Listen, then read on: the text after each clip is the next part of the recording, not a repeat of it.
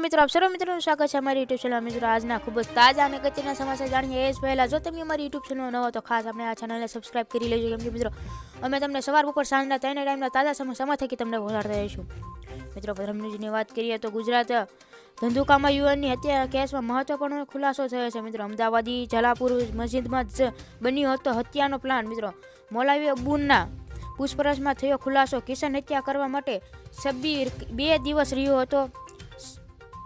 ધંધુકામાં